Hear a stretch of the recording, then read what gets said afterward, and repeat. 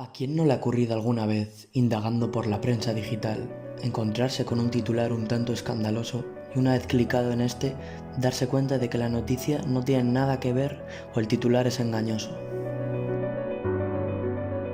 Seamos sinceros, nos ha ocurrido a todos. Es lo que se denomina fake news o desinformación.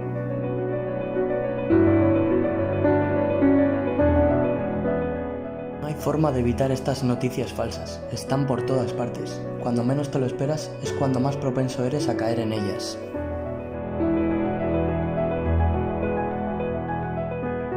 Redes sociales como Facebook y Twitter están plagados de noticias falsas, pero tampoco te libras de ellas en YouTube o mediante divulgaciones de WhatsApp.